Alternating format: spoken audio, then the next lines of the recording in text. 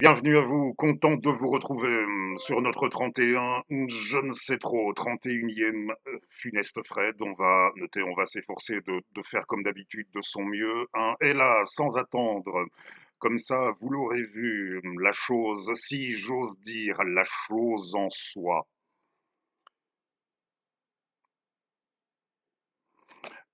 Alexandre Kojève, nous en avons parlé à plus d'une reprise de cet auteur, de ce philosophe dans quelques-uns de nos numéros ultérieurs, c'est vrai, mais ce bouquin, celui-ci, en guise de nouveauté, je ne vous l'avais pas encore signalé. Maintenant c'est fait.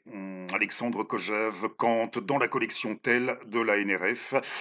C'est que celle-ci a édité ce texte retrouvé de Kojève simultanément au Sophia 1 et à ce livre de présentation du Sophia 1, philosophie et phénoménologie, que nous devons à son traducteur du russe au français, le livre de Monsieur Rambert Nicolas, et simultanément à ces deux-là, la NRF a édité ce texte retrouvé d'Alexandre Kojève, retrouvé car oui, il avait prévu d'inclure une annexe, d'inclure ces 200 pages ultra corsé. Je n'ai encore eu le temps, ça fait très peu de temps, je n'ai encore eu le temps, pour ainsi dire, que de le feuilleter, mais apparemment 200 pages ultra corsées sur Kant, pas du tout pour les gamins, mais au sujet de Kant, vous allez me dire, quand est-ce que ça aura bien pu, pour les gamins, l'être?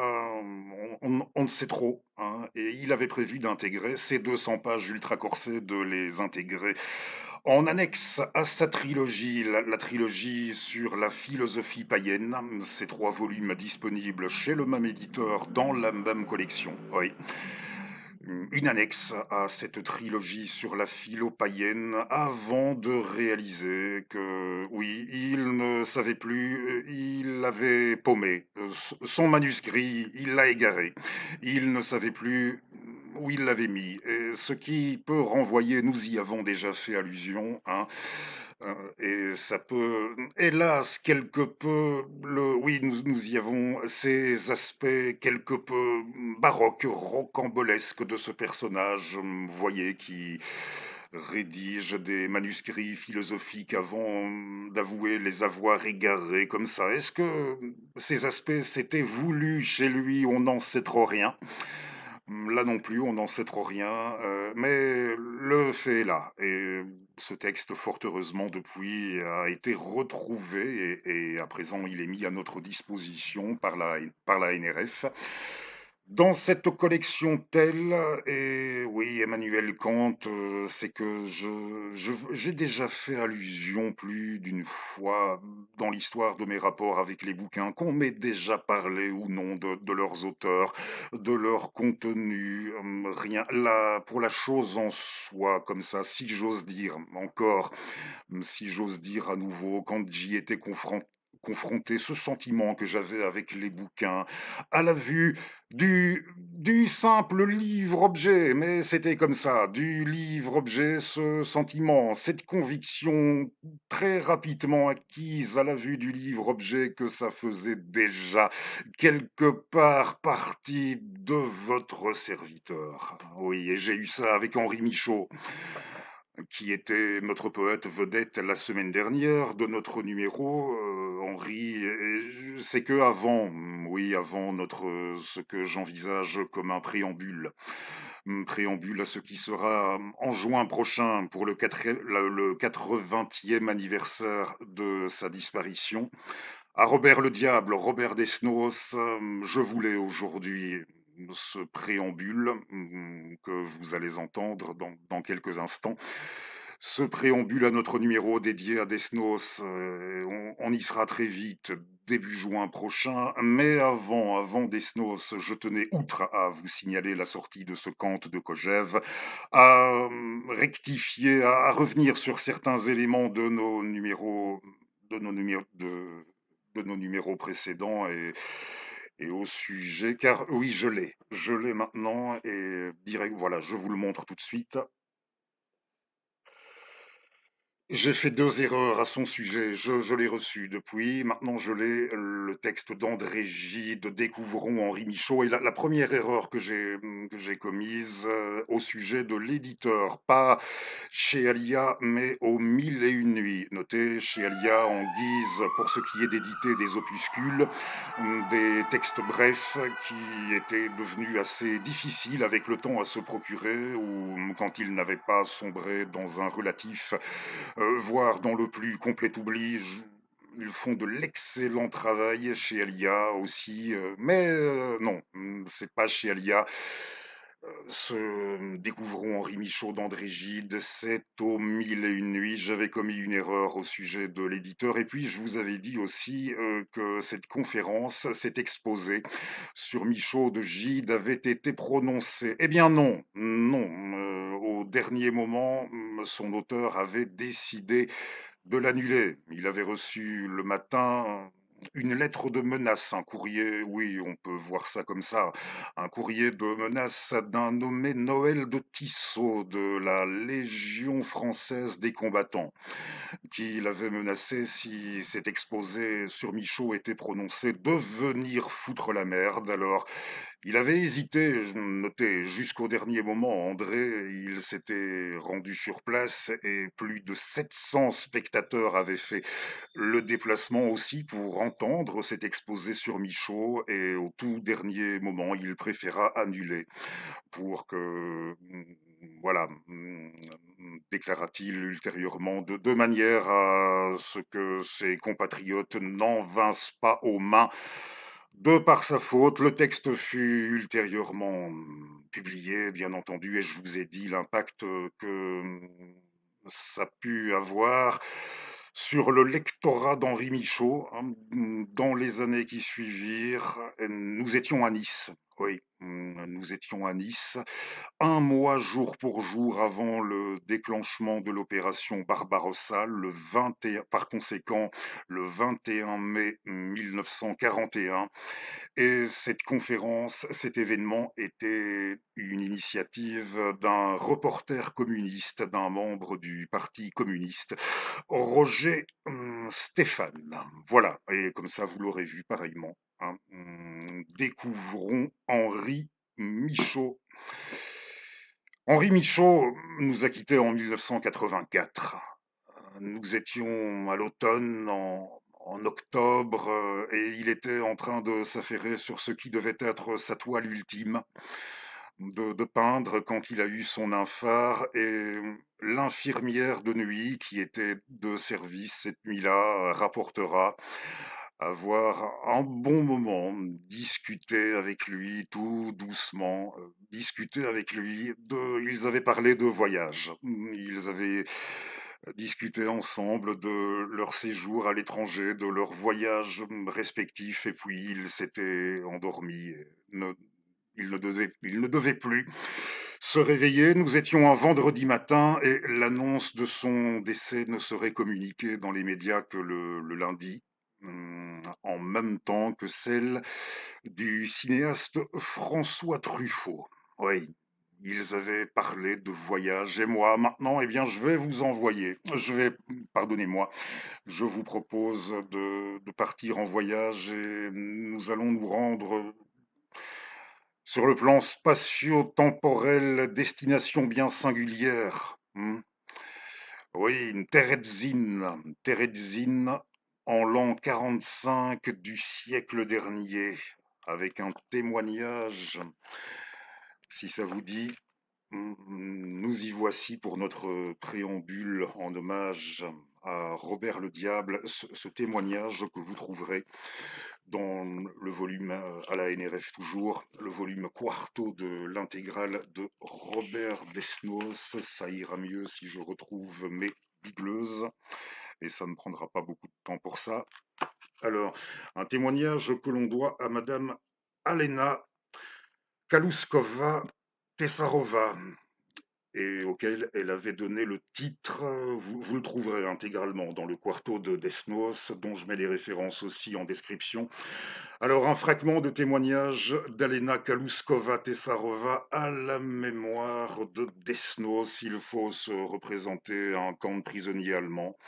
Nous sommes en 1945, oui, pour ainsi dire, à la même période de l'année, et il faut se représenter un camp depuis peu, oui, depuis peu de temps reconverti en un gigantesque hôpital. Et là, tout le monde s'affaire et fait de son mieux ceux qui sont encore assez en mesure d'eux pour aider ceux qui ne sont pour ainsi dire plus ou plus du tout en état, en mesure d'eux. Chacun s'efforce de faire de son mieux. Alors je vous lis le texte de Madame Tessarova. On s'entretenait en yiddish, en français, polonais, hongrois, hollandais, roumain, en grec. Nous étions très peu nombreux pour leur apporter nos soins et le travail n'était ni simple ni facile. On en venait à oublier qu'il existait une autre vie que celle faite de jours et de nuits passés au chevet des malades et de quelques heures de sommeil sur un matelas de papier. Le 4 juin, vers 5 heures du matin, un nom. Un nom me rejeta dans l'avant-guerre. Mon collègue, qui travaillait cette nuit pour la première fois à la baraque voisine de la nôtre, vint m'annoncer qu'il existait, parmi les malades, un certain Desnos. Comme on lui demandait s'il connaissait le poète français Robert Desnos, il répondit: oui, oui, Robert Desnos, poète français, c'est moi, c'est moi. Robert Desnos était comme les autres, amaigri, épuisé, ses grands yeux noyés dans les orbites profondément creusées, ses mains longues et belles étrangères, et déjà mortes sur la couverture. Mais ses yeux brillaient d'autre chose que de fièvre, et sa bouche étonnée souriait, souriait. Il appelait cette aube grisâtre son matin le plus matinal. Il exprimait sa joie d'entendre mon français pas très merveilleux et de cesser d'être un animal numéroté pour redevenir le poète Robert Desnos. Chose d'autant plus curieuse qu'elle se passait en un pays étranger où il ne pensait pas rencontrer de lecteurs et amis en dehors du monde littéraire. Il ne se plaignait pas, demandant seulement davantage de boissons.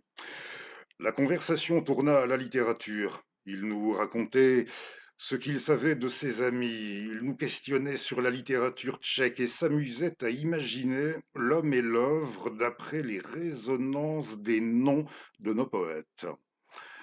Après son retour en France, dont il ne doutait pas, il voulait aller à la campagne et accomplir un travail plutôt physique. Et ce n'est que plus tard, quand tout ce qu'il aura vu et vécu sera bien mûr en lui, qu'il envisageait de commencer une œuvre nouvelle.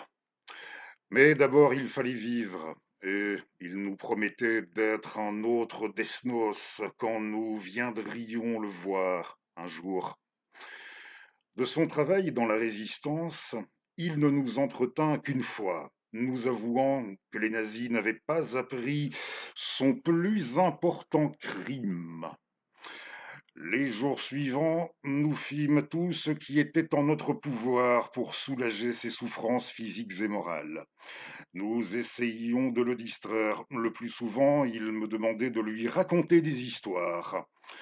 Et je remémorais mes souvenirs, j'inventais au besoin, j'essayais d'évoquer un monde de beauté où il est chose normale d'être vivant aujourd'hui et demain, où un mot, une harmonie, une couleur peuvent devenir des problèmes importants parce que votre estomac ne vous oblige pas de penser à la fin. Oui, de penser à la fin, votre douleur aux plaies et les pas des nazis à la mort. Il évoquait et souriait de temps à autre Il écoutait et souriait de temps à autre, pardonnez-moi, tournant courageusement et avec cette noblesse qui lui était particulière, le dos à la misère. Il se montrait digne, fier, grand. Un jour, je lui portai une pauvre petite rose.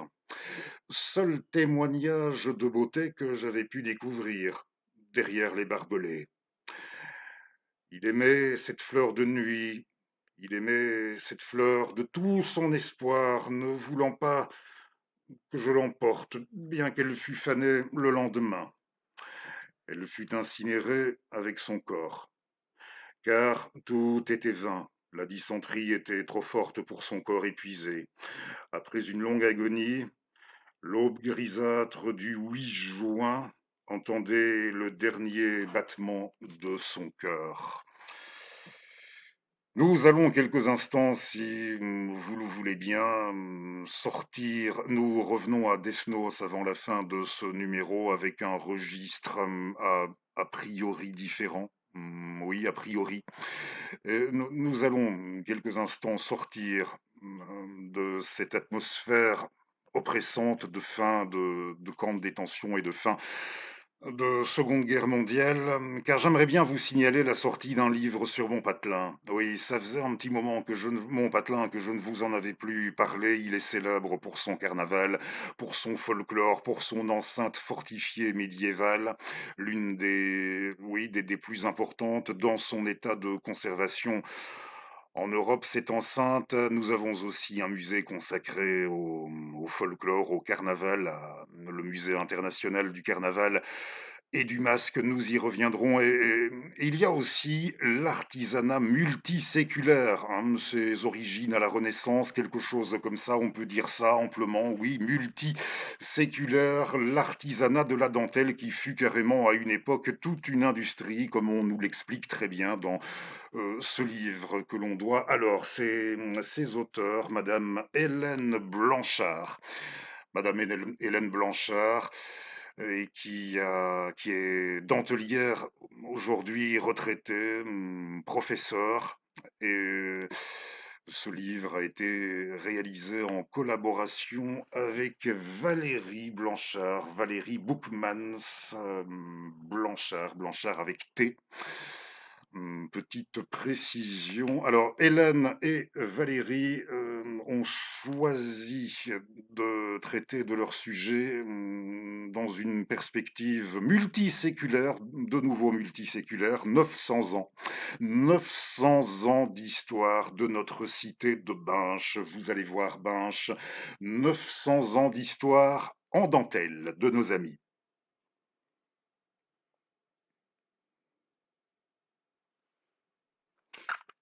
Vous voyez,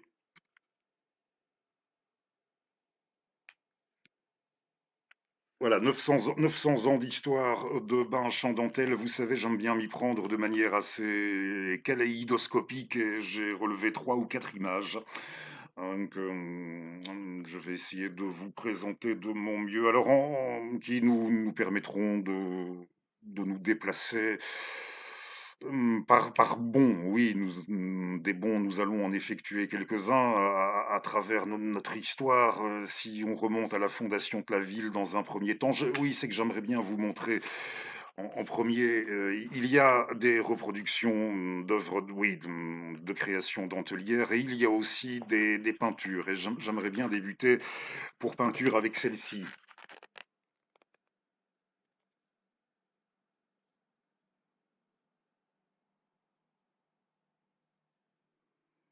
Yolande de Gueldre, c'est que notre cité, voyez-vous, historiquement a été ce qu'on nomme une cité douairière, ce qui équivalait au domaine seigneurial, allez, en héritage aux veuves des comtes de Hainaut. Oui, au chef du comté, et alors historiquement, ensuite à à leurs légataires ultérieurs. Les veuves recevaient le domaine seigneurial en héritage, et ça a duré jusqu'au XVIe, plus loin encore, jusqu'au XVIIe siècle. Et ici, la première de ces dames douairières, de ces dames de Binche, fut Yolande de Gueltre, veuve du comte Baudouin III, La création de notre entité à proprement parler de Binche lui revint à elle, quand elle décida, notre entité, de la détacher de ce qui était son domaine seigneurial de Vaudrey. Oui, Vaudrey, hélas, à la fondation de, pour ce qui est de nos amis du côté de Vaudrey, que nous saluons au passage. Vogdoriacum chez les Romains, là, ça remontait à l'Antiquité gréco-latine, à l'époque gallo-romaine, plus exactement. Le Vodgoriacum, devenu Vaudrey avec le temps, et Yolande détache de Vaudrey ce qui va devenir l'entité binchoise. Alors nous avons vu cette très belle peinture de Madame Blanchard. Les peintures sont de Madame Blanchard aussi dans ce livre, et nous allons effectuer maintenant un grand bond à travers le temps. Nous nous retrouvons à l'âge classique au XVIIe siècle, et à la fin du grand siècle du XVIIe, cet artisanat de la dentelle va passer, oui, s'apprête à passer à un stade qu'on peut qualifier d'industriel.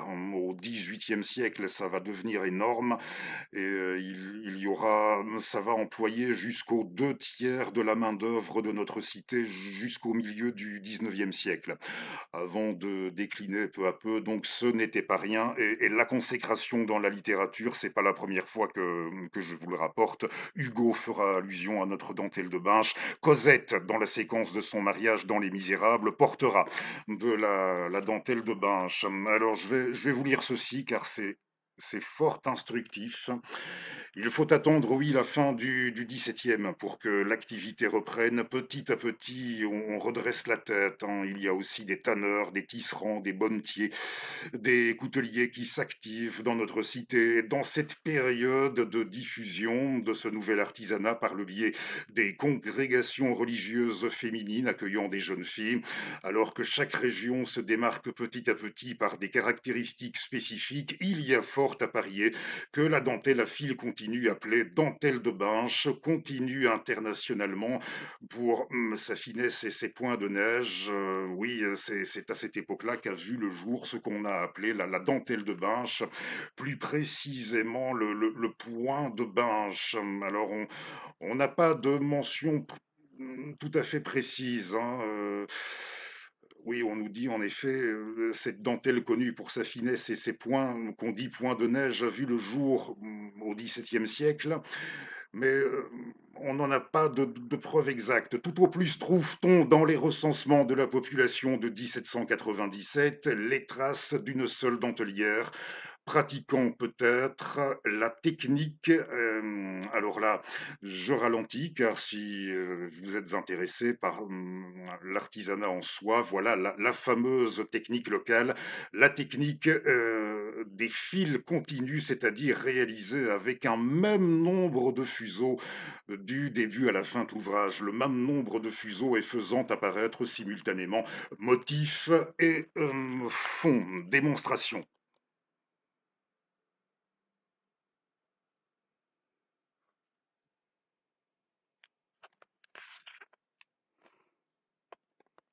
Oui, bon, c'est pour vous donner une idée, hein. Je sais, visuellement, on est franchement pas au top. C'est du joli.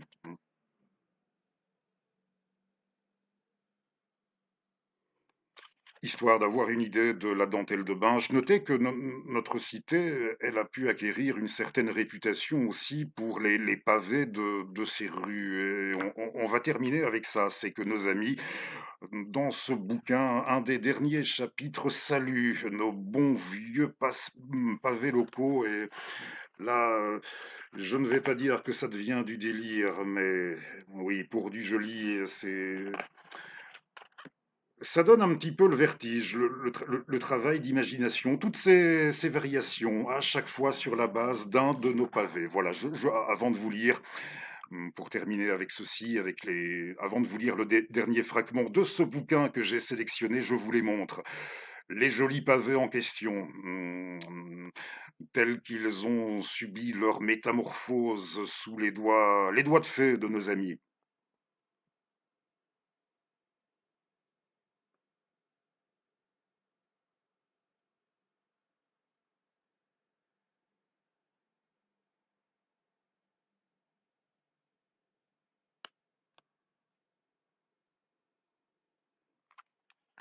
Hein, les pavés Binchois, si on devait s'interroger sur leur origine, bon, on sait que notre ville a été bâtie sur un éperon rocheux, cité médiévale, forteresse, éperon rocheux, c'était pas loin d'une rivière, de la courbure d'une rivière, tout à fait adéquat, indiqué, bâti sur la pierre que serait Binche sans ses pavés. Il couvre les rues, les trottoirs, quelques-uns sont originaires de la cité même. Extraits sur place, ils ont d'abord servi de parement à la muraille avant de se retrouver sous les pieds des passants, puis associés à un muret. D'autres viennent d'ailleurs, d'une région proche ou de contrées lointaines. Ils ont roulé leur bosse, c'est le moins qu'on puisse dire. C'est moi qui ajoute. Les plus anciens ont côtoyé de nombreuses générations. Ils entretiennent la mémoire des lieux. Les nouveaux venus parlent de paysages inconnus, ils ouvrent la cité à plus grand qu'elle. Malicieux, certains n'hésitent pas à attraper une talonnette, accrocher une roue de landau ou faire tomber un imprudent coquet. Il se part de confettis, de pétales de fleurs, de feuilles multicolores. Oui, c'est à déconseiller, hein, tout de même, l'histoire du landau. L'hiver, ils s'irisent de fleurs de givre. Au printemps, ils acceptent la compagnie de quelques brins d'herbe. Comme maintenant de quelques brins d'herbe venus les chatouiller l'été, ils offrent fraîcheur, bienvenue ou chaleur agréable à qui connaît leurs secrets. En automne, l'humidité met en lumière leurs couleurs chamarrées. Ils sont des milliers, tous différents pour peu qu'on les observe. Tendez l'oreille, ouvrez les yeux, il se pourrait qu'ils vous partagent leur histoire. 900 ans d'histoire de Binche en dentelle, Hélène et Valérie Blanchard. L'ouvrage a été édité par nos amis, chez nos amis. Qu'on félicite, il va sans dire, d'avoir mené à bien cette entreprise.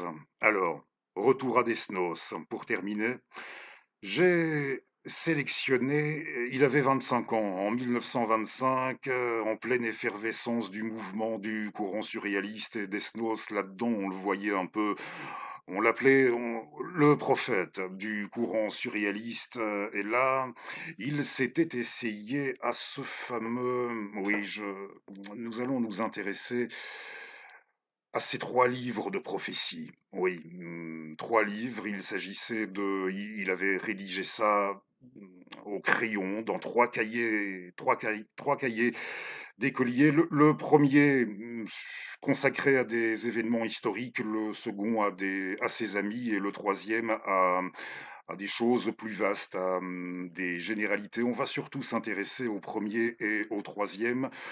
Le deuxième réclame peut-être de s'être déjà assez intéressé au parcours du poète et puis, en guise de prédiction, la mort de Picasso par noyade en 1942. Notez peut-être qu'il aura fait gaffe suite à ça, mais bon, pour ça, c'était plutôt, râpé, mais oui, je vais me faire un plaisir, si ça vous dit encore de m'accompagner quelques minutes, de vous lire des fragments de ce livre des prophéties de Desnos posé ici. Alors on y va. Il va sans dire que le post-it a foutu le camp, mais vous me connaissez, hein, on va très rapidement arranger ça. Quand on est malin, on va dans le sommaire qui se trouve en fin, oui, fatalement en fin de volume, et on essaie de 1925, 3 livres de prophétie, page 2, pardonnez-moi, hein, page 263, si ça peut jamais vous donner envie, hein, de... Oui, Desnos, je pense on peut faire l'acquisition de son intégrale. Mon quarto n'est pas une... Oui, sur le plan du rapport qualité-prix, c'est pas une collection. Je n'ai jamais trouvé cette collection, si elle n'est pas à proprement parler donnée, ce n'est pas non plus rapport qualité-prix excessivement cher. 263. Alors on peut déjà lire ceci dans le premier livre. On préparera dès lors 1944, il écrit en 25, hein.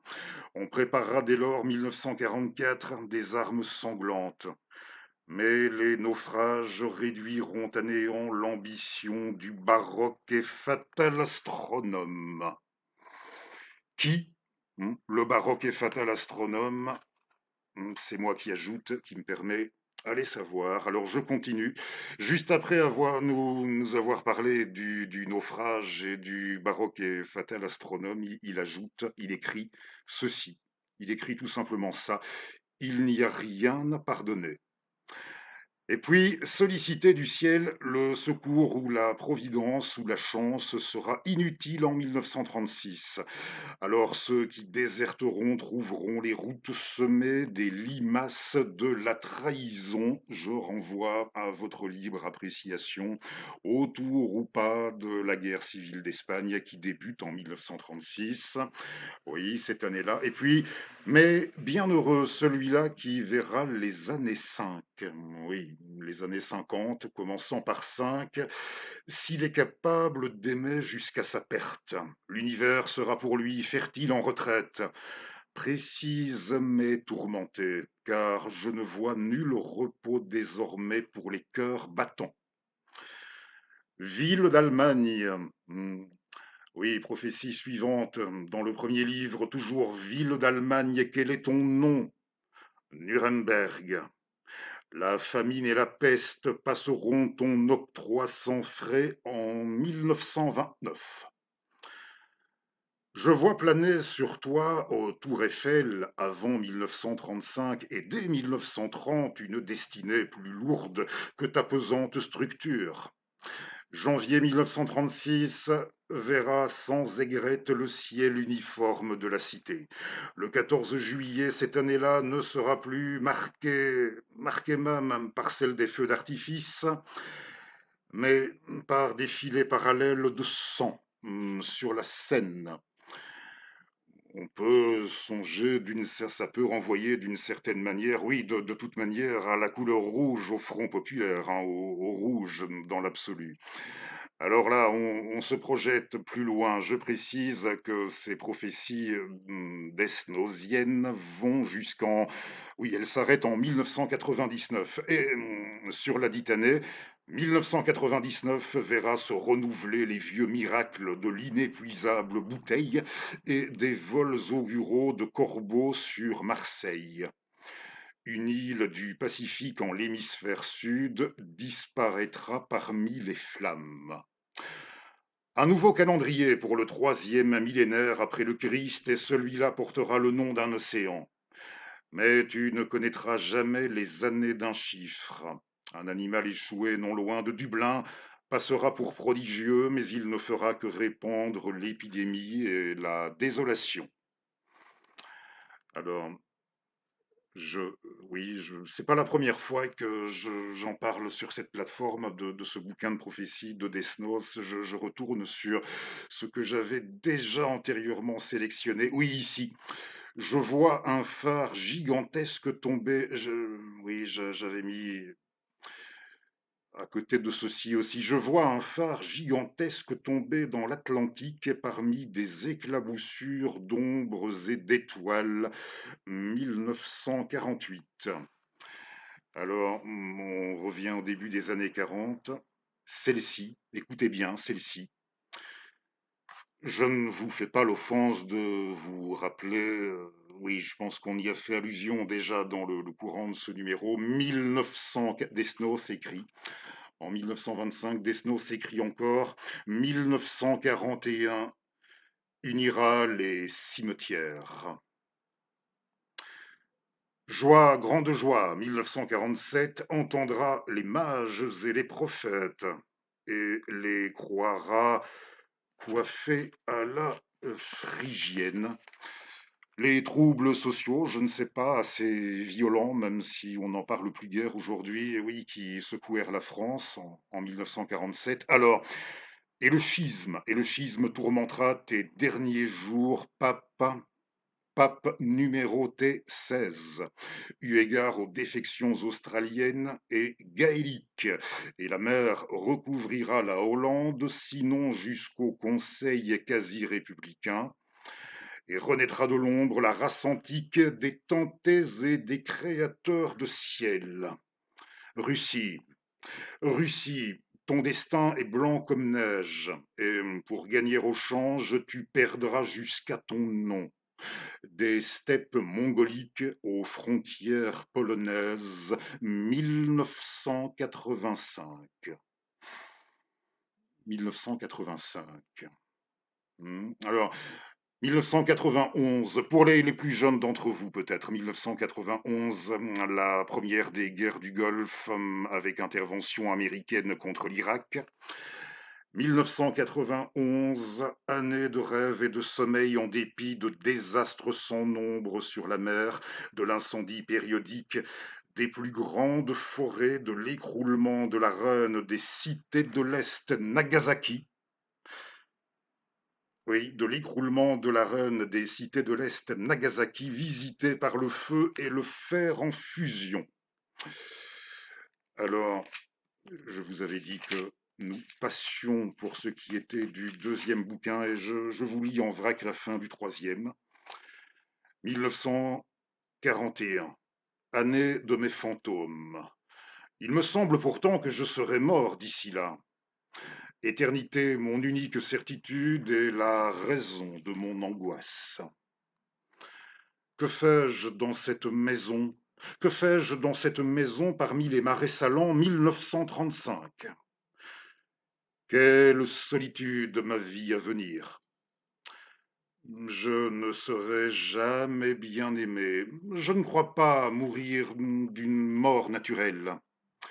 Je suis un personnage bien scandaleux, bien impossible, ma chère 1933. 1936, je n'ai jamais été si beau. Jamais je n'aimerai autant qu'en ce moment. Que puis-je bien faire si loin de Paris et durant si longtemps, si longtemps? Si une sorcière me disait tu seras roi, je n'en serais pas du tout surpris. Il y a en permanence derrière moi la silhouette de la guillotine et un drapeau séditieux. Je ne serai pas heureux. Je ne réussirai rien de ce que je tenterai.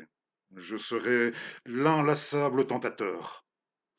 Si une sorcière me disait tu seras Dieu, le troisième et dernier livre se referme sur ce.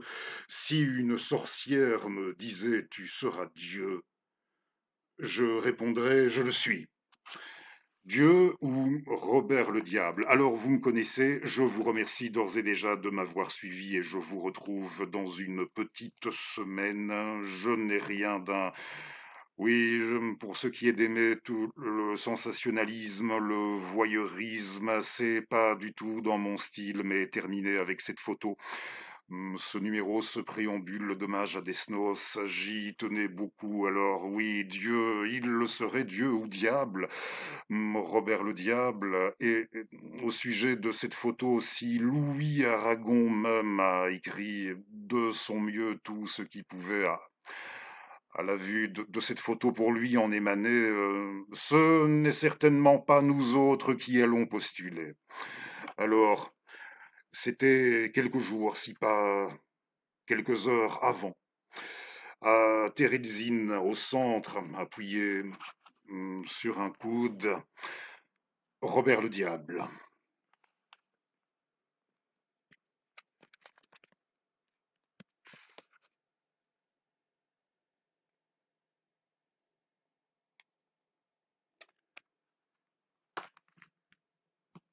Merci à vous. À bientôt.